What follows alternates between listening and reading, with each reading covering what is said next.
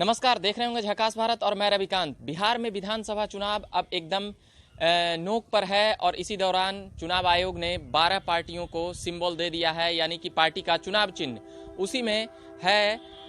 पूर्व मुख्यमंत्री जीतन राम मांझी का पार्टी हम उसको मिला है कड़ाही छाप, और उसी अभी युवाओं में खासे लोकप्रिय हो रहे और बाढ़ में हमेशा जुझारू नेता की तरह दिख रहे पप्पू यादव, यानी कि उनकी पार्टी को मिला है कैंची छाप। और उनके पार्टी का यह आरोप है कि हमारा चुनाव चिन्ह बदल दिया गया। पहले हम लोग जानते हैं कि हॉकी था, और वैसी उनकी पार्टी बिहार विधानसभा चुनाव में पिछली बार भी कुछ वैसी बड़ी कारनामा नहीं कर पाई थी, और लोकसभा में भी हम लोगों ने देखा था।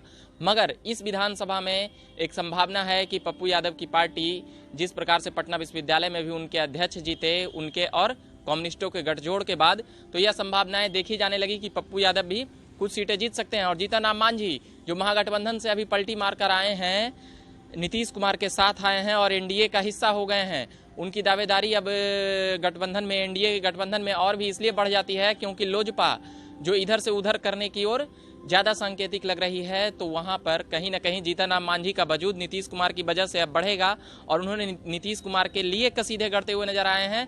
जो कभी 5 सालों से जिस प्रकार से खिलाफ तेवर में दिखते थे, वैसा अब जीतन राम मांझी नहीं दिख रहे हैं।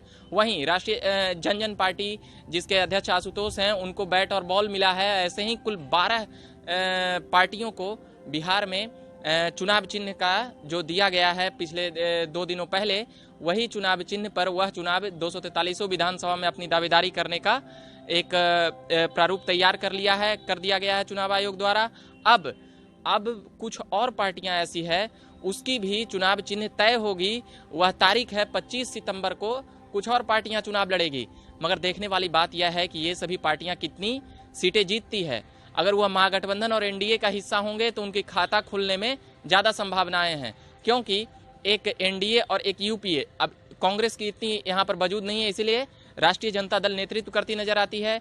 तो इन सभी को देखते हुए इसे महागठबंधन का रूप दिया गया था। पिछली बार नीतीश कुमार महागठबंधन की ओर से चुनाव लड़ रहे थे, मगर इस बार पाला बदला हुआ है, पूरा मिजाज भी बदला हुआ है। मगर केंद्र में नीतीश कुमार ही हैं और विपक्ष के नेता तेजस्वी ही हैं। मुख्य लड़ाई यही दोनों में होनी है, और इन सभी पार्टी किस ओर जाएंगे और किस ओर गठबंधन करेंगे, यह भी एक देखने वाली बात है।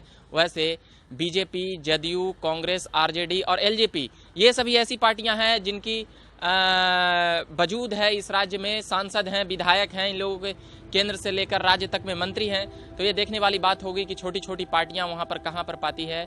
वैसे जन अधिकार पार्टी और जीतन राम मांझी की पार्टी और आशुतोष की पार्टी इधर हालिया दौरान में पिछले कुछ महीनों में चर्चाओं में रही है। तो अब देखना यह है कि ये सभी पार्टी चुनाव चिन्ह मिलने के बाद कैसी बातें करते हैं।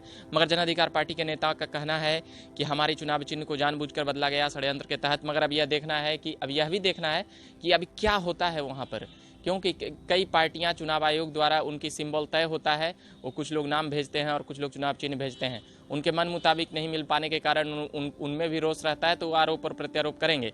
वैसे चुनाव आयोग अब जल्द ही बिहार विधानसभा चुनाव का डेट का निर्धारण करने वाली है, तारीख का।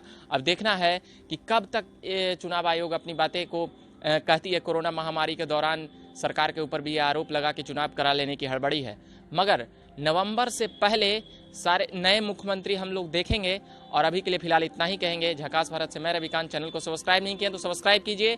धन्यवाद।